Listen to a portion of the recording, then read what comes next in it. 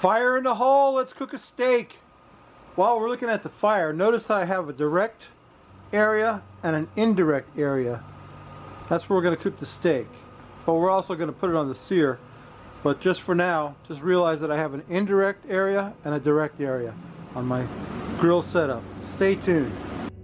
Hello and welcome once again to my backyard. What I got for you today is I've got this absolutely awesome Cowboy Ribeye. Look at the marbling on that thing. Can you see that? Holy crap, what a beautiful piece of meat that is. This is aged prime black Angus beef Cowboy Ribeye steak. Aged prime black Angus USDA prime. I got this at Wild Fork Foods, one of my favorite places to get meat. And I'm going to do a reverse sear on this today. To reverse sear meat, what you need is to have your grill set up with a direct and an indirect zone. Then you want to get a nice piece of meat like this 4-inch thick Cowboy Ribeye. You're going to need a thermometer. Now you could use one of these instant read jobbies, but that would be kind of a hassle. The best thing to do is get one of these.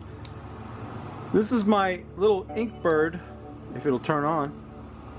Okay, my little Inkbird wireless digital thermometer, and I can connect this to my smart device. It's really inexpensive, less than $30 I think on Amazon.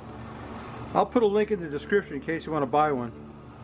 Anyway, what you want to do is take your digital thermometer and insert it into the thickest part of the meat, like so,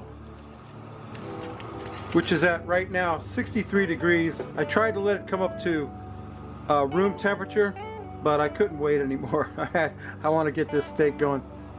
Anyway, we're going to cook it till we get an internal temperature of 125 degrees, at which point we'll sear it and let the carryover cooking carry it up to about 130, 135. That's medium rare. We don't want to ruin this expensive piece of meat. And we're going to season it very simply with just some kosher salt. We're going to drop the salt from about 24 inches above the meat so that it disperses evenly all over the meat, both sides and the edges, just like that. And you think I'm putting a lot of salt on there? I'm really not. It's not a lot of salt because that's going to burn off. It's going to cook in to the steak, and it's just going to be great.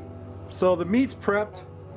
The fire's coming up to temp. We're going to put this on the indirect heat, and I'll show you what that looks like. And then we'll let it cook to 125 degrees. At that point, we'll get it off of there and sear it up on the hot coals. So stay tuned. Alright, the steak is on the grill on the indirect side, away from the heat. Thermometer's inserted. We're going to put the top on the grill. Cover it. Got our vents wide open, and the vents are positioned directly over the meat. You see. Got that thin blue smoke coming out of there? We're going to cook that till we get to 125 degrees. I'll be able to sit inside the house and watch YouTube videos and monitor it on my smart device. When it gets up to 125 degrees, we'll throw it on the hot fire, sear it, then it'll be time to take a taste and drink a beer, so stay tuned. We have arrived at the fun and exciting part of the cook. We've got 126 degrees internal temperature, which is fine. We're going to remove the thermometer from the meat. We don't need it anymore. What we're going to do now is put this thing right on the hot coals. We're going to sear it just for a couple of minutes on each side. Then we'll take it off and let it rest for 15 minutes, at which point the internal temperature, the residual heat, will cook it the rest of the way. But right now what we're doing, we're just searing it. We're going to get some of those awesome grill marks that everybody's always talking about. I'll let you watch for a little while because this is fun to look at. Then we're going to get it off there and get it plated up. So let me flip that over. I think we got enough grill marks initially. Let's flip it over this way. Oh yeah, got some nice grill marks. We're going to cross hatch the grill marks, of course. You know, that's the only way to do it. So let's get that cooked up. I'll get it plated up. We'll get a beer and take a taste of this awesome piece of meat. Stay tuned. All right, we're letting the meat rest while we crack a beer to have with our beef. And I've selected my favorite, one of my favorite beers of all time, Lagunitas Hop Stupid Ale. This is Lagunitas IPA. It's 8% alcohol by volume, and you can tell by the name Hop Stupid. It's got a large amount of hops. We're gonna open this up. I can't wait. Oh boy, there's the Frosty Root Boy mug, star of the show. Tip that mug and pour out that Hop Stupid, one of my favorite beers of all time. Oh man, look at that. Rob, I know you're not really into hoppy beers, but this one is world class, Rob. It's world class. Let me tell you what, Hop Stupid, I've had this before. I know it's going to smell of hops and pine from the hops. And there's nothing left to do now, Rob, but quaff the froth off it, so stay tuned.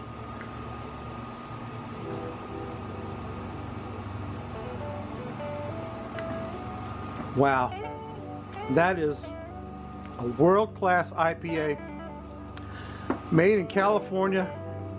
I think it's Petaluma, California. Yeah, Petaluma, California. One of the best beers on the planet right there. Hop Stupid. What do you think about this steak? How does that look?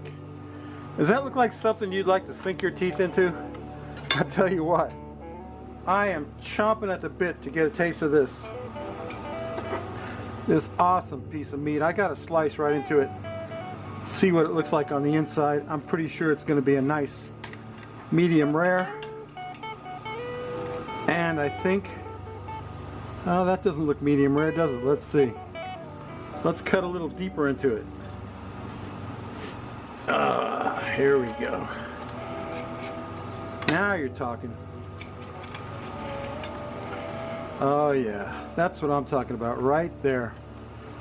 That's what I'm talking about right there. That's what you call medium rare, perfectly cooked. I kind of cut it the wrong way. I cut it across the grain, but that's okay. You know why? Because I'm gonna get some of this in my mouth. I don't care what else happens today. That's going in my mouth right there, that piece of steak. Look at that, juicy and delicious reverse seared cowboy ribeye.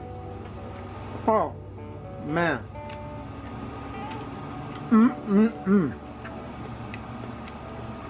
Oh, I can't tell you how good that tastes. I can only show you what it looks like and continue to slice pieces of it off and jam them in my mouth. It melts in your mouth. It's so delicious. Oh, that's good. So delicious. I'll tell you what. Babies, that's my video. If you like this crap, please subscribe. It's right down there. If you don't like it, go up on the iCard and check out my boy Pickles Barbecue. He hasn't made a video in a while. I don't know what he's doing. He's sitting on his hands.